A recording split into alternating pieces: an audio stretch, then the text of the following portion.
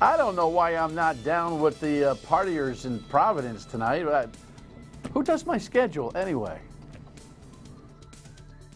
The Dan Yorke State of Mind program is brought to you in part by Lookout Rhode Island and Takeo Comfort Solutions. Sometimes it's a blessing that you've had a couple of week, bug. I just can't.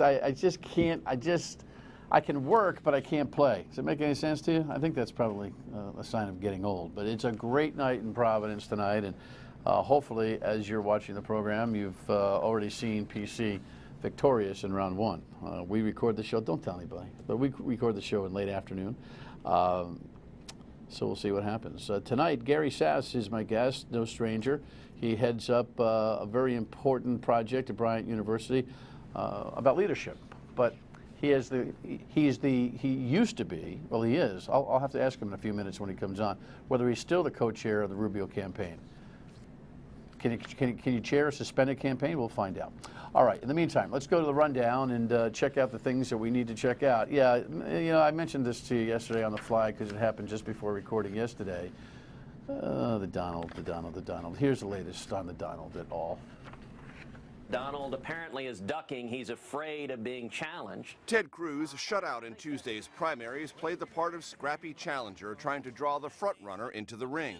He's scared to debate, and he looks down on the voters. He thinks they're gullible and will believe whatever he's saying. As for Donald Trump's pursuit of the nomination, obstacles exist. 6 of the states remaining are winner-take-all primaries, totaling 217 delegates. Even if Trump wins every one, he would still need nearly 40% of the rest of the delegates to secure the nomination. Well, I don't think anybody's going to have enough delegates. John Kasich trails Trump and Cruz by hundreds of delegates, but denied he's just a spoiler. Neither of those guys can win a general election. Maybe they're spoiling it for the Republican Party and for the conservative movement. Trump warned Wednesday the future of the conservative movement and the GOP was in danger if he arrived at the party convention with the most delegates, but lost the nomination. I think you'd have riots. I'm representing a tremendous, many millions of people. I think bad things would happen. I really do. I believe that. I wouldn't lead it, but I think bad things would happen. Critical of recent unrest at Trump rallies, Cruz said Trump was threatening the National Party. Well, listen, no one should be surprised that Donald Trump is trying to stir up riots. Trump defended his tone. I mean, we're doing pretty well the way it is, and I would say that I always like to be a gentleman. Promising he'd try to rise above the vocal opposition to his candidacy. I'm not going to be provoked, but at the same time, you have to take tough action when this happens, but you can't let him get away with it. Whatever getting away with it is, you know what he meant when he talked about riots. He was like, it's not my responsibility. But it's a tacit threat. Headlines pick it up. Trump warns of riots, and this op-ed piece in the Washington Post is right on the money. Way too much of a pass for that. The idea that you're never surprised or shocked by anything he says shouldn't create a nonchalant reaction to that passing comment that he made. It's not only unsportsmanlike, it's irresponsible. It's not presidential. And I know that most Trump supporters don't worry about that kind of stuff because they're so mad at establishment and just want to throw the bums out. It doesn't matter what Trump does because it's almost not about him anymore. Very interesting. But we're going to have a lot of time between now and July. But, that kind of language, accelerating what's going to be a potentially controversial 98-degree set of days in Cleveland in July. Anyway.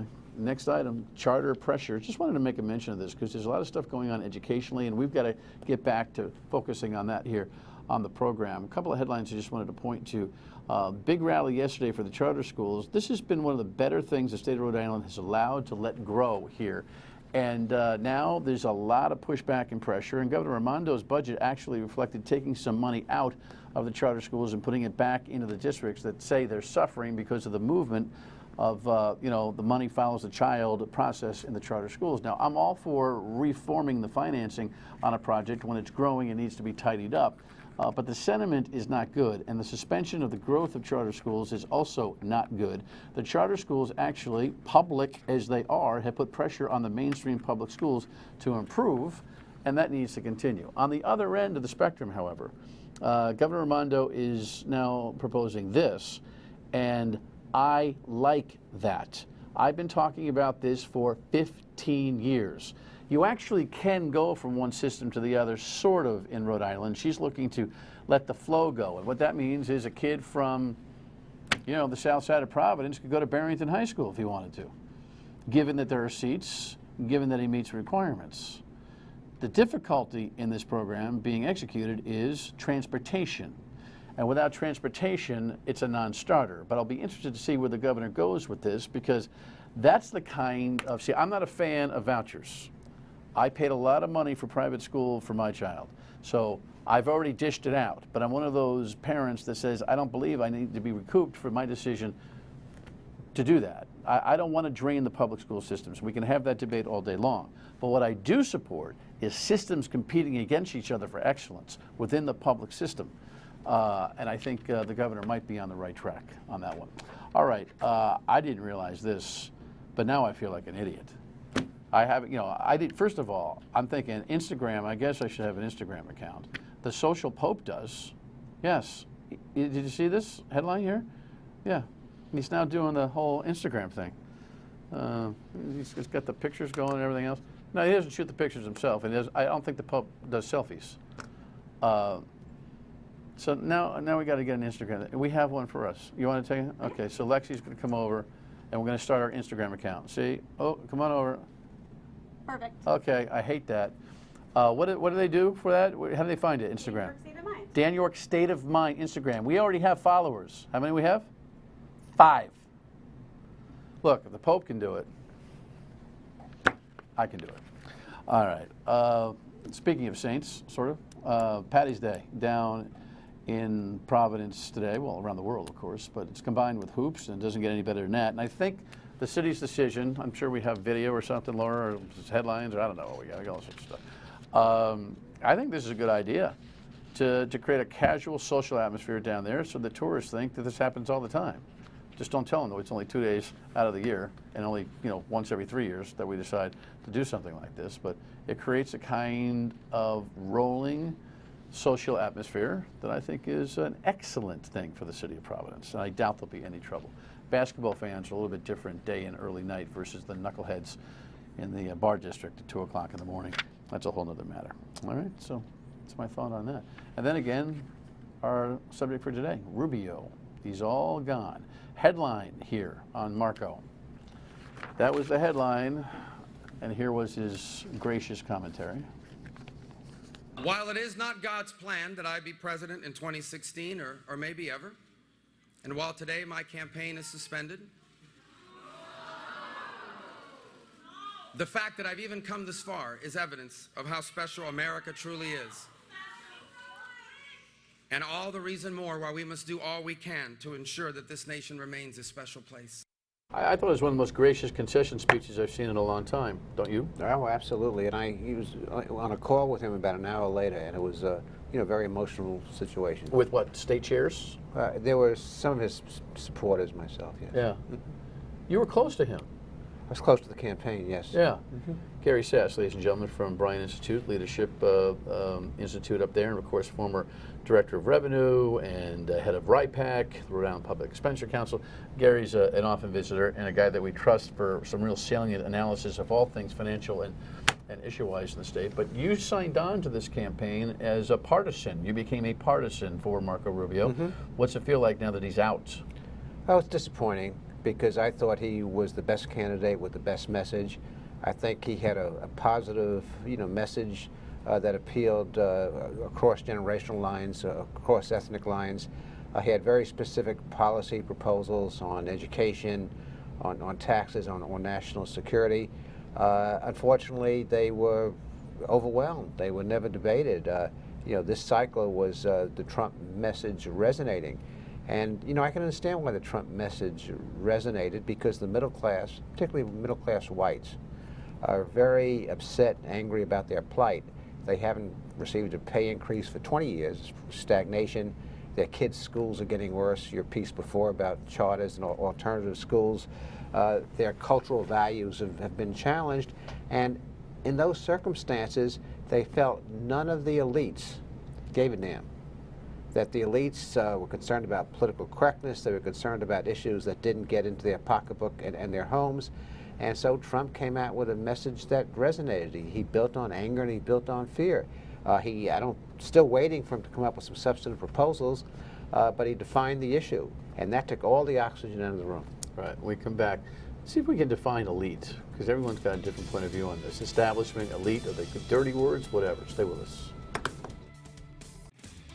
I want to congratulate Donald Trump on his victory, a big victory in Florida. No.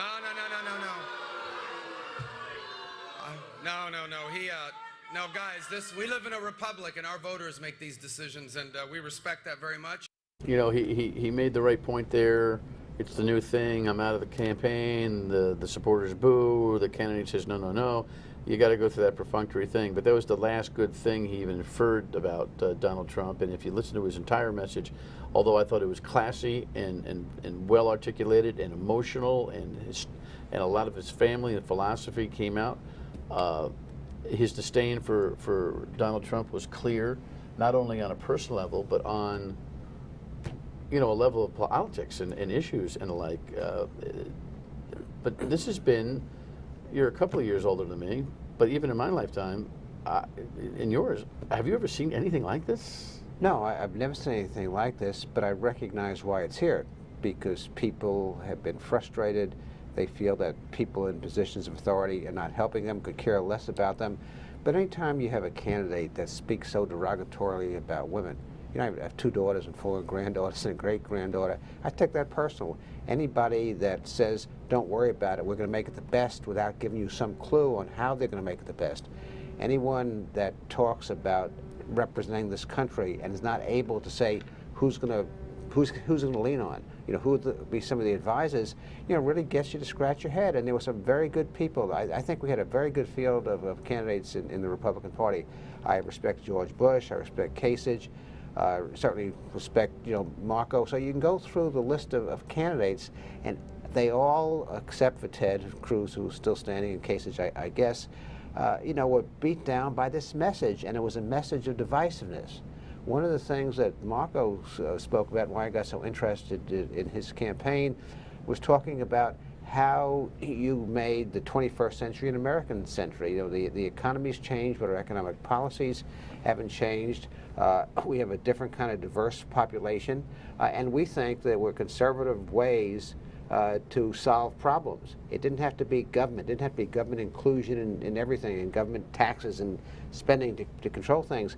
And that was the important message. Certainly Donald Trump explained the frustration, but he certainly didn't explain the frustration in the way of uniting this country. Right. Well, you're talking about him in the past tense. He's still running a campaign and trying to earn the delegates. We'll talk about the potential of a crazy July coming up a little bit. Talk to me about the term elitist, or the elites. That's the term that you used. Establishment has been the other E word that's been pretty heavy in this. Yeah. You define it for I don't know me. what the establishment is, but there are 2 definitions I use of elite. One definition are people who make decisions that control or influence what you and I can't do. And some of those are elected officials, some are people in the private sector. And the second group of elite are social class. So if you're in the top 1%, your kids and your neighbors' kids go to the same schools, they socialize, they marry, they get in the same professions, and yet we have a lot of white working middle class people who feel that these people are not concerned with their plight. They have problems as well. They feel that they're more concerned with political correctness. One of the strengths of Donald Trump from day one is he turned political correctness on its head. And I think that was a view that the elites had this political correct attitude that things really weren't going to affect them. We stopped becoming an egalitarian society. Back 50 years ago, we were very egalitarian. You could be rich or you could be poor, but we ate the same kind of food, went to the same churches, our kids went to the same schools, we respected each other. And that's broken down. And it's broken down for a lot of reasons, because technology has passed people by, because our education system has not kept pace. And so you have a group of people, a large group, not a small group of people in this country, been disfranchised. There are people that had certain cultural values, whether it was on gay marriage or other cultural issues, and without taking a side, and they see those things changing. And they don't feel they have much input. And when they complain and they say we're being left behind, our wages are stagnating, we're anxious about our kids getting good jobs, how do we get our kids out of failing schools? How do we react to cultural conditions which we're not comfortable with? The people who are in positions of authority ignore them. I'm listening carefully to you, and I agree with everything you have to say. But as you roll through all of this, I ask myself, and maybe it's because I've been talking about issues for my entire professional career and dialoguing on telephone lines, on radio talk shows for all that length of time as well, and speaking to local clubs and community organizations about activism and getting engaged. All of that has happened with an electorate that has gotten lazy. So I wonder, 51-49, who's the culprit? Is it the political establishment that moved away from the people, or the people that got lazy and don't engage the way they perhaps used to do? Well, it's because if you're upset about all those things you listed, you got to stand up and say something. So this guy comes along and yells fire in a theater that you think is on fire, and you're going to say that's right, it's on fire, and you don't have to worry about anything else other than the concept of being on fire. And you say I'm with that guy, and he's going to solve everything, and you don't do a lick of homework as to what it is he's saying and what he stands for. No, because somebody at least is challenging the problems and is saying what you think. If you and I were sitting across this table drinking a beer, some of the same language you hear in a Trump rally, we would use some of that same language. Oh, no doubt. Oh, okay. And so for the first time, somebody is saying what people have been feeling. And the sad part is leadership has more responsibility than that. Leadership is fine to coalesce between what people's feelings are, but then you have to say how I want to fix it. You can say how you can unite people. And so the Trump message is a message of anger. It's a message of division. It's the right message because he's describing a social malady, but it's not a leadership message. Leaders take that message and do something positive with it.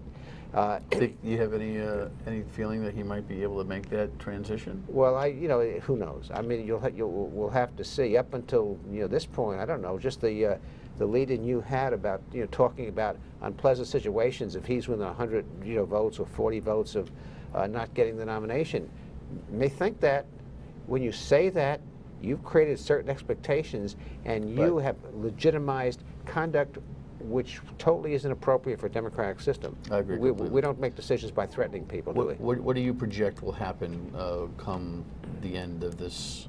You're a student of politics. Do you think we'll have a contested convention? I don't know. And on a personal level, I'm thinking about working with some people who want to have a contested convention and really challenge the status quo. Right now, the probability is that he will be the nominee of our party. Not in the bag yet. There's still this probability. With or without the delegates on the first vote?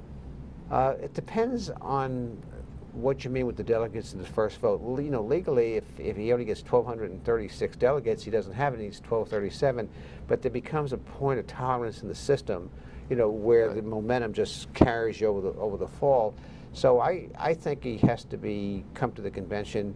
I don't want to say 100 or 150 votes, but a reasonable number where you have some room to maneuver in the convention. Thing is, people don't know the rules. They think that primary season is one person, one vote like it is in November. It's not. And the evolution of party rules, because nobody pays attention to that, and because there are so many primaries, there is this perception that this is a legitimate election, whether it's a caucus or a primary election in a particular state, and that it counts one man, one vote, one woman, one vote, and it does not on either party side. And let me tell you, we reformed the system because there were abuses in the old system, but Harry Truman could not win the nomination of either party today, and back in 1948 or 50, whatever it was, about 8 guys in the back room sat down with Franklin Roosevelt's people and said, this is the guy that needs to be your vice president. And I think Harry Truman was an excellent president. A guy like that, and that was the old smoke room system,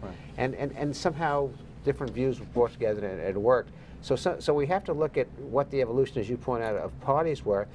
You're right. But because we've opened it up and have primaries in most states right now, we send mixed messages. And the perception is that it's a real election. When we come back, I'm interested to hear what Gary has to say about what the Rhode Island application is to this aggravation that people feel. Stay with us. What happens again when you challenge him on a policy issue? You ask him about the economy, and the first thing he does is launch an attack about some little guy thing. That was part of the problem. Of course, Marco Rubio's perhaps downfall was taking a kind of a 10-day hiatus into Trump land, acting like Donald Trump. He had to apologize to his wife and kids, for heaven's sake, and it may have stunted his whole situation. I don't know. Monday morning quarterback is easy. On the overall, I think he's got a future.